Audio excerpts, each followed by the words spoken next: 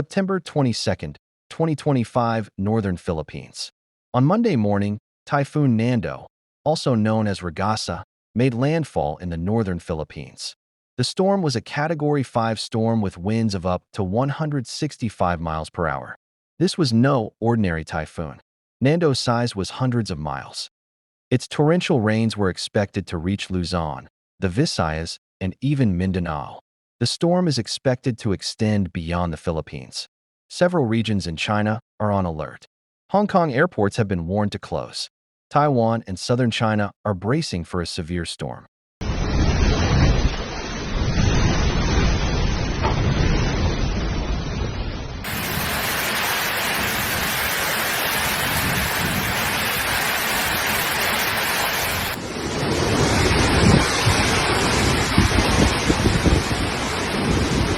The storm's strength, rated at 5 hurricanes, was comparable to that of the United States. The sea surged inland, flooding streets and roads in coastal areas and destroying fishing boats.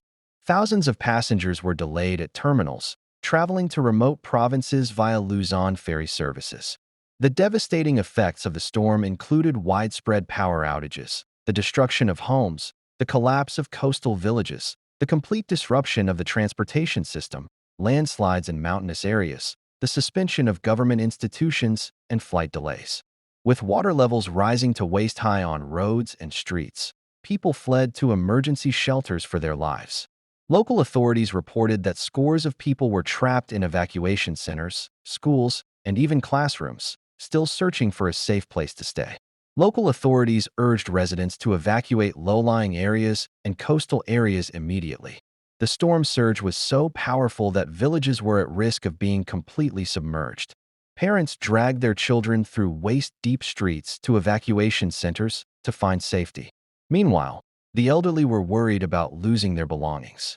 In Manila, home to more than 13 million people, traffic was snarled and millions of people were left stranded as Super Typhoon Nando battered the Philippines and its surrounding areas, disrupting their daily lives.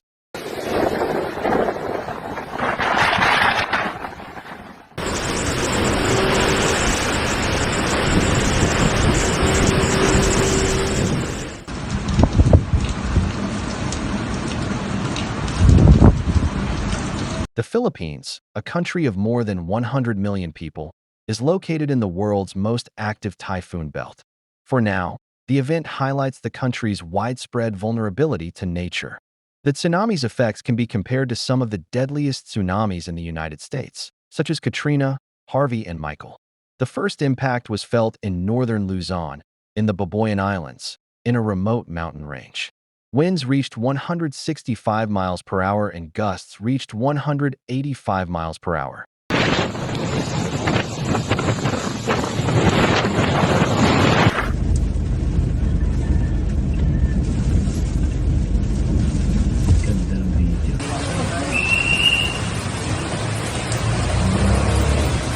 Typhoon Ragasa is shaping up to be one of the most powerful storms to hit the region in years.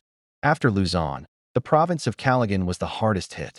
Several coastal towns, including Apari and Gonzaga, were hit hard as families scrambled to find safety. Houses shook violently. Entire neighborhoods were plunged into darkness as transformers exploded. Fishing boats were submerged and seawater flooded the streets.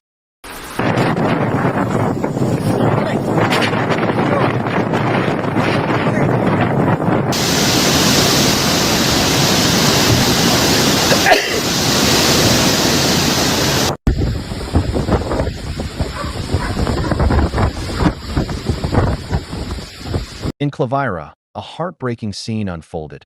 A mother held her 2 children as their home was engulfed by floodwaters, forcing families to cling to a floating refrigerator. In the town of Togero, hospitals were overflowing with the injured. By noon that day, authorities confirmed dozens of injuries and several families homeless in this grim reality.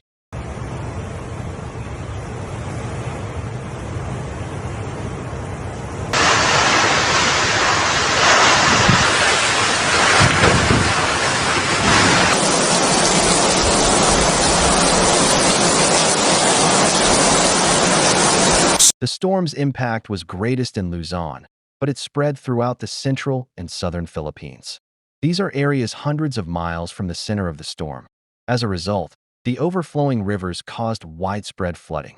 In the south of the country, in areas such as Cavite, Laguna, and Batangas, rivers overflowed and houses and markets were submerged. In the capital of the Philippines, Manila, underground canals were filled with water, roads were blocked, and major thoroughfares turned into rivers.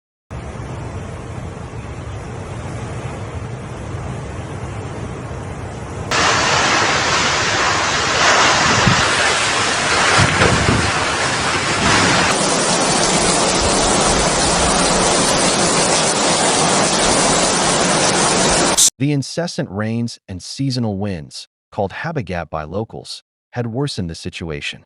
Mudslides had occurred on the slopes of the mountains and communication with the villagers had been completely cut off.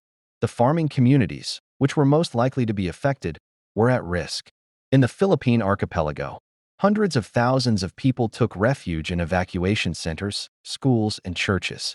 Reports confirmed that 2 million people had been affected, and it continued to state that the Philippines was experiencing two crises at once, with torrential rains and droughts caused by climate change.